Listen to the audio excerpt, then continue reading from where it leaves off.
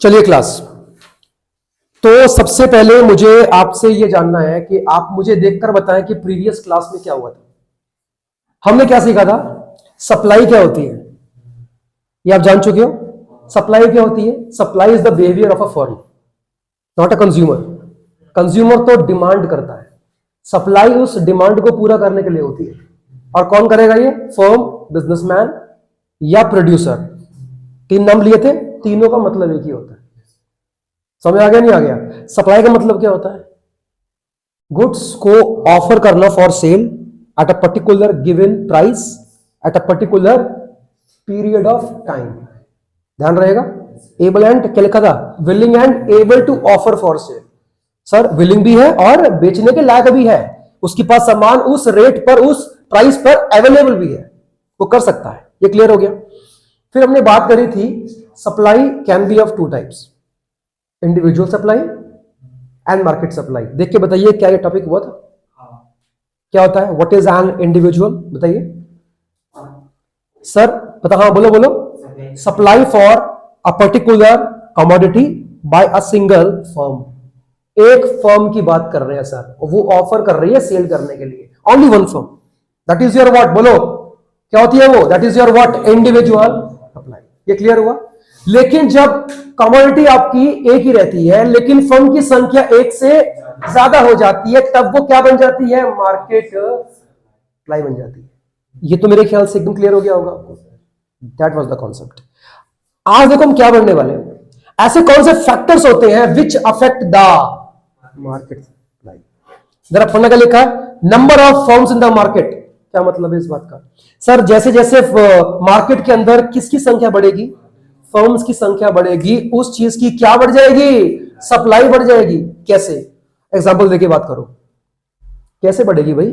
पहले सिर्फ 3 फर्म थी जो मार्केट के अंदर ये मार्कर बेच रही थी। बात समझ आया? अब इसका प्राइस बढ़ने लगा। किसका?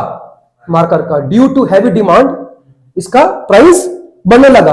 क्या इसका बढ़ता हुआ दाम देख के अभी तक जो बिजनेसमैन मार्कर का बिजनेस नहीं कर रहा था, क्या वो भी करेगा? हाँ, वो भी मार्केट में आ जाएगा। एक नई फर्म आ जाएगी मार्केट के अंदर। मान लो कि 6 फर्म और आ गई। पहले कितनी थी? 3। 6 और आ गई इसकी बढ़ते हुए प्राइस को देखकर। क्या होगा? It will lead to increase in supply. क्यों हुआ? क्योंकि number of firms in the market क्या हो गई? बढ़ गई। पहले इसकी मैन्युफैक्चरिंग सप्लाई सिर्फ 3 फर्म कर रही थी, लेकिन अब 9 फर्म कर रही है। तो जैसे ही फर्म्स की संख्या मार्केट के अंदर बढ़ जाती है sir, it leads to an increase in supply of that particular commodity. कोई डाउट है किसी को? What is a market supply? Sir जब एक फर्म से ज्यादा की बात होती है ना, तो वो क्या बन जाता है? It is known as MS. What is MS? Market supply. बात समझ में आ रही है? आगे बढ़ सकते हैं। अगला क्या लिखा है जरा पढ़ना। Factor future expectation regarding price. Sir ये भी एक फैक्टर है। ये भी एक फैक्टर है जो किस पे डालने की ताकत रखता है?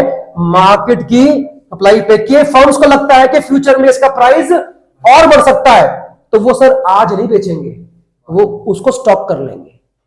बात समझ आ रही है? कब बेचने के लिए बाहर निकालेंगे? सप्लाई करना स्टार्टअप करेंगे व्हेन द प्राइस राइजेस।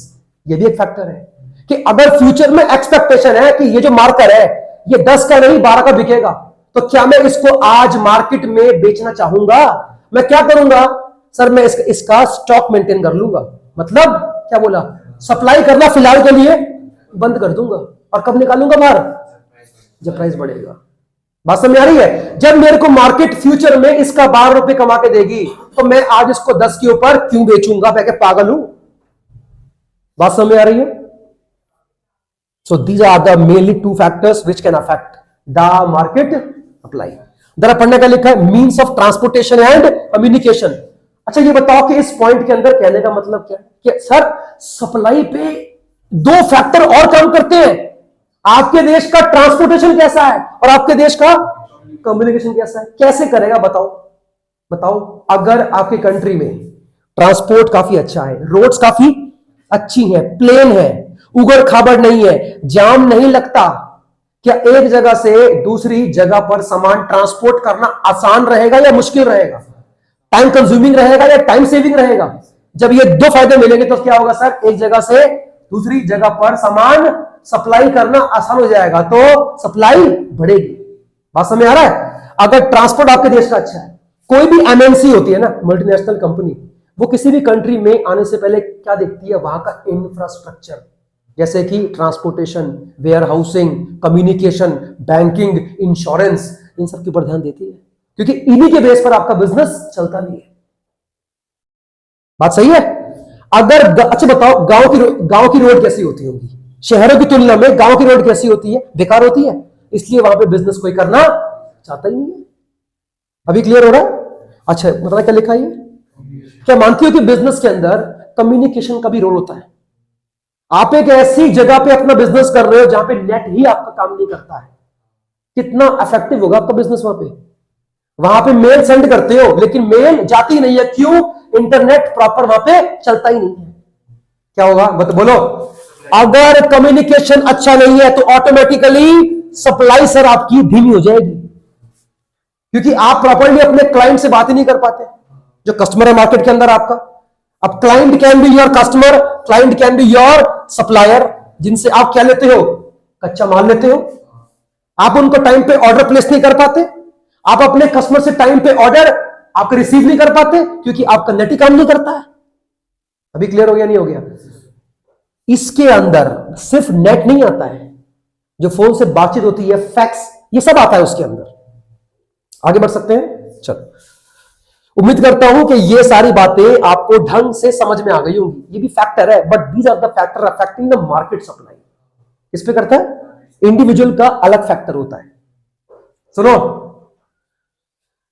चलो हम जो है पहले इस पर आते हैं, क्योंकि जब मैं इसकी बात करूंगा तो बाकी चीजें ऑटोमेटिकली आपको से क्लियर हो जाएंगी। जरा पढ़ना क्या लिखा है? सप्लाई फंक्शन क्या होता है? सर किसी भी चीज की, क्या बोला? किसी भी चीज की, बोलो क्या आता है?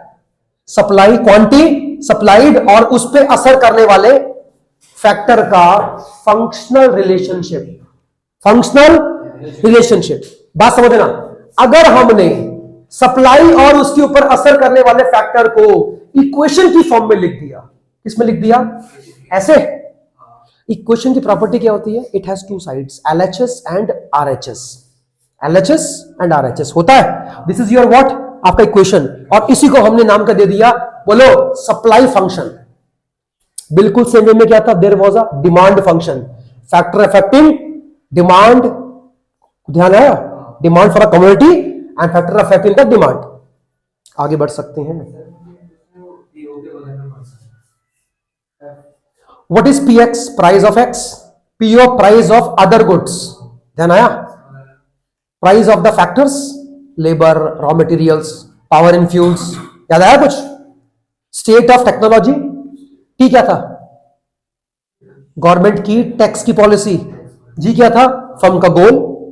अभी हम बात करेंगे, जो रहेगा उसके बारे में हम लोग बात करेंगे, ठीक है? ये क्लियर हुआ?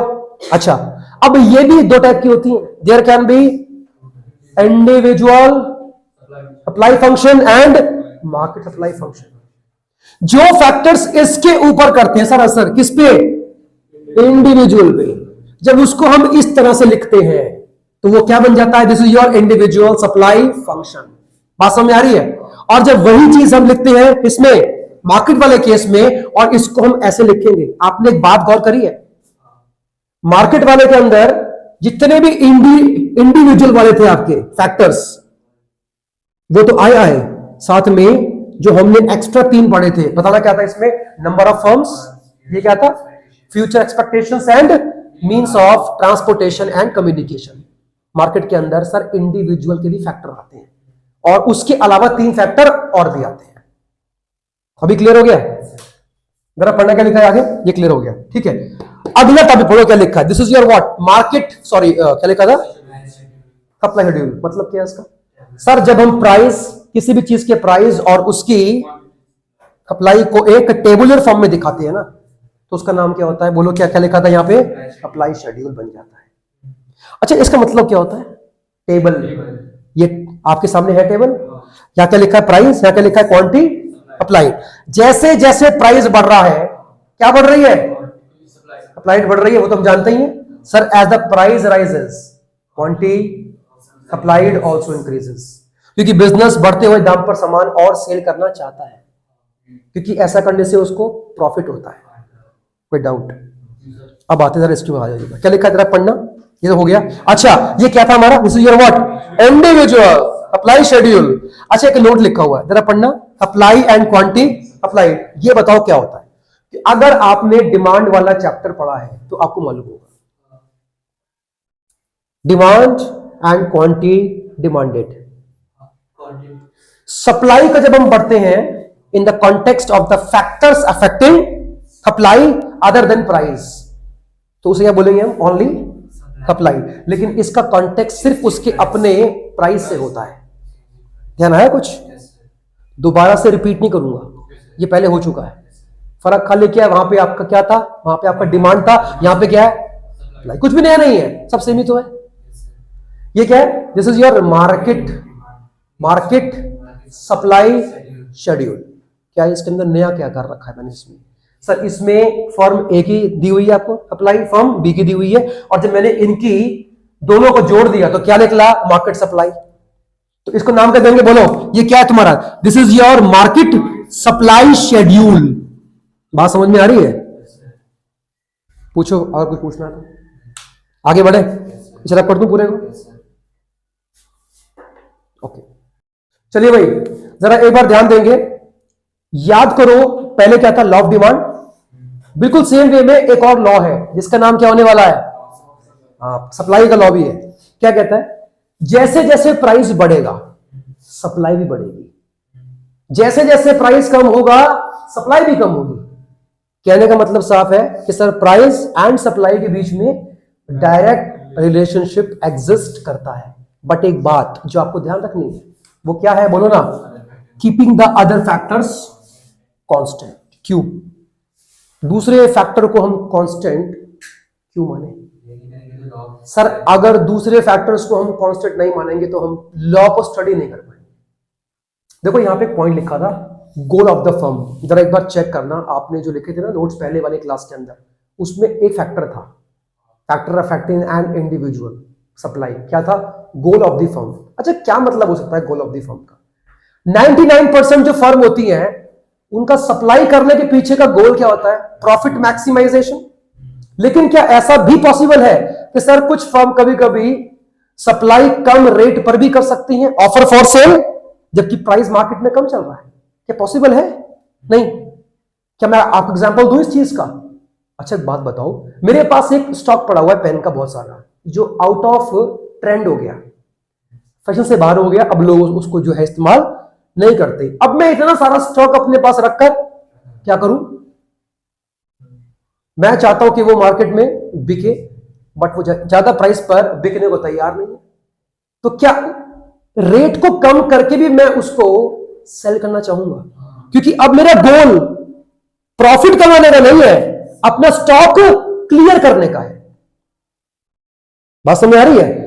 और अगर इस गोल को हम कांस्टेंट ना माने तो सर कभी कभी इसके भी चांसेस है कि कोई गोल अपना अनसोल्ड स्टॉक क्लियर करना चाह रही है, वो भी कम प्राइस पर। लॉ क्या हो गया, फेल हो गया। जबकि आपने क्या सीखा है, सप्लाई तभी बढ़ेगी, ऑफर फॉर सेल तभी बढ़ेगा जब सर प्राइस बढ़ेगा। लेकिन यहां पर वो सेम प्राइस पे या कम प्राइस पर भी क्या करने को तैयार है, सप्लाई करने को तैयार है। लॉ क्या हो गया, फेल हो गया। इसीलिए हमको इसको कांस्टेंट मानना पड़ेगा। सारे factors are assume to be constant, चाहे वो कितने भी हैं। जरा पढ़ना क्या लिखा है, असम्पशन। एग्जाम में लिख कर आओगे सारी चीजें, नंबर है भाई इसके। अदर गुड्स के प्राइस हम क्या मानेंगे, कांस्टेंट, उनमें कोई चेंज नहीं। आगे, there is no change in the state of technology भी आपकी अपग्रेड नहीं हो रही, ना अपग्रेड ना डिग्रेड, कुछ नहीं हो रहा, वो कांस्टेंट ही है। नेक्स्ट पढ़ना क्या लिखा है, आपका लेबर, आपकी बिल्डिंग का रेंट, पावर एंड फ्यूल, ये भी महंगी नहीं हो रही है, इनका क्या है, रेट है, कांस्टेंट है।